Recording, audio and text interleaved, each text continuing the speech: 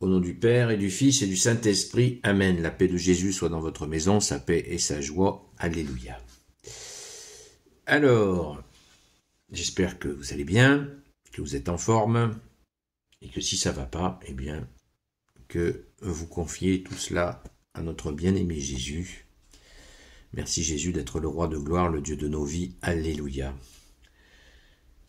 Nous lisons le Saint-Évangile selon saint Luc, chapitre 4, versets 24 à 30.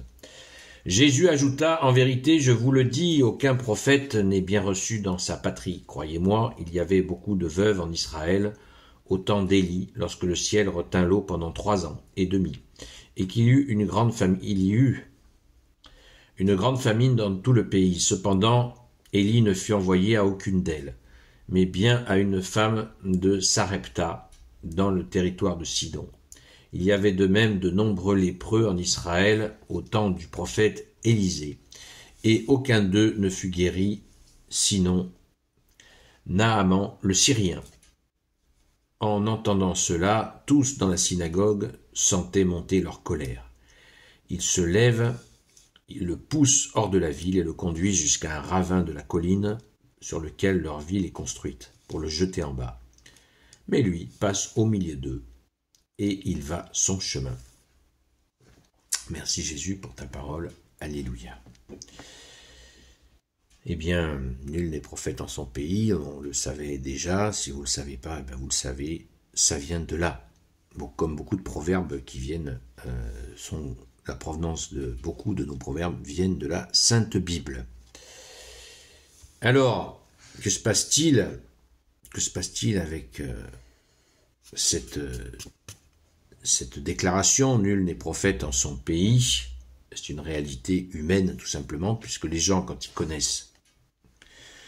ils connaissent la personne qu'ils ont côtoyée comme voisin, ils ne peuvent pas accepter que cette personne soit le Messie, soit le Fils de Dieu, le Christ, le oint du Père. C'est pas possible, parce que c'est un mécanisme assez humain. Ils ont en mémoire l'enfant qu'ils ont vu jouer, tranquille, la personne, tout ce qu'il y a de plus normal dans sa vie, donc ils ne peuvent pas, c'est inacceptable.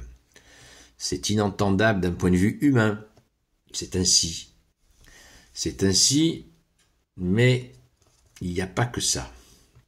Verset 28, en entendant cela, tous dans la synagogue sentaient monter leur colère. Parce que Jésus, à travers ce nul n'est prophète en son pays, et ce qu'il rajoute, c'est bien, ça s'adresse aussi aux tenants de la synagogue qui refusent le Messie tant attendu.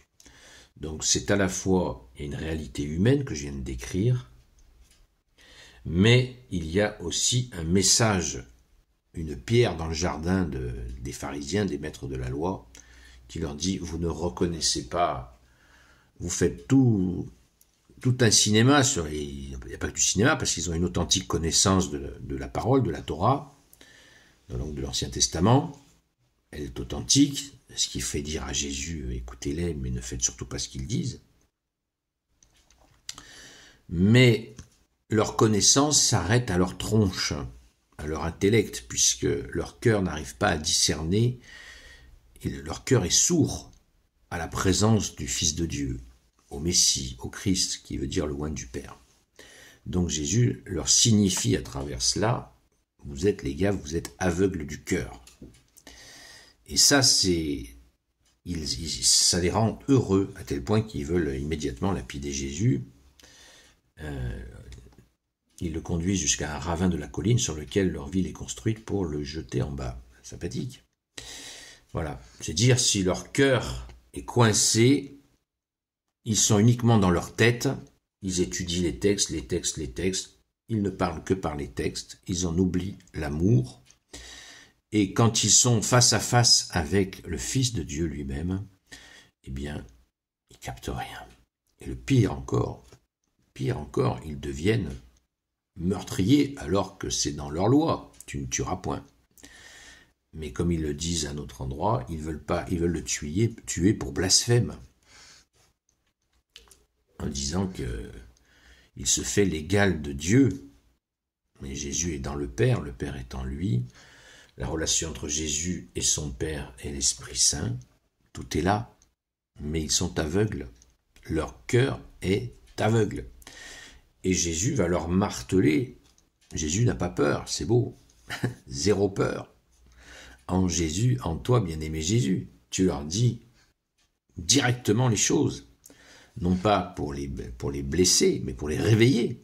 Parce qu'ils ont besoin d'un réveil. Jésus est entre autres venu pour ça, pour réveiller ce monde religieux qui roupille, qui dort, qui refuse le déroulement annoncé.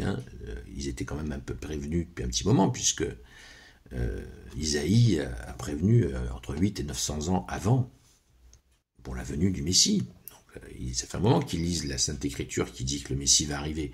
Et quand il arrive, parce qu'il ne les caresse pas dans le sens du poil, ils le rejettent.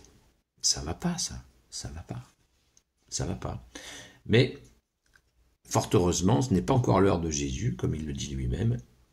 Verset 30, il nous est dit, mais lui, il passe au milieu d'eux. Ils veulent le jeter en bas. Lui, il passe au milieu d'eux et il va son chemin. Le Père a fixé les 3 ans de vie publique de Jésus. 3 ans, c'est pas 1 an, c'est pas 2 ans, c'est pas 2 ans et demi, c'est 3 ans. Jusqu'à la passion. Merci Jésus. Alléluia. Donc, accueillons cela pour ce qui est, justement, nul n'est prophète en son pays. Je pense que ça peut nous servir. Et aussi, bien sûr, retenons que la religiosité peut mener à quelque chose qui s'appelle l'aveuglement du cœur, et c'est pas bon, parce qu'on peut avoir toute la connaissance, comme dit saint Paul. Si vous avez toute la connaissance et vous n'avez pas d'amour, ça ne sert à rien. Merci saint Paul. Alléluia. Gloire au Père et au Fils et au Saint-Esprit, maintenant et toujours et pour l'éternité. Amen. Ô Jésus, toi qui peux tout et qui portes tout, je te confie toutes celles et ceux qui regarderont cette vidéo, ainsi que leurs proches, selon ta seule volonté, ô Jésus. Sainte Marie, Reine des cieux, toi l'Immaculée Conception, toi qui écrases le serpent, toi qui es la lune sous tes pas, toi notre Mère, Notre-Dame. Sans oublier que Jésus leur fait référence aussi à des prophètes qui ont aussi été victimes de cet aveuglement. Pas que Jésus. Saint Joseph, toi le juste et le saint, toi le sage, toi la terreur des démons, toi le saint gardien de la Sainte Église catholique apostolique, Sainte Marie-Madeleine, notre chère sainte patronne, et vous tous les saints et saintes, amis de Jésus, Saint Michel Archange, Saint Gabriel Archange, Saint Raphaël Archange, et vous tous les anges qui servent Jésus, je vous confie toutes celles et ceux qui regarderont cette vidéo, ainsi que leurs proches, selon ta seule volonté, ô Jésus. N'oublions pas que certains prophètes ont été carrément zigouillés, Jésus le sait, et il leur met sous le nez.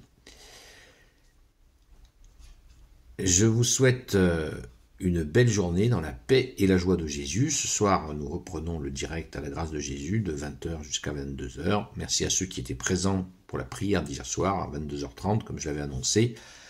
Ce fut bien agréable. Merci Jésus. Alléluia.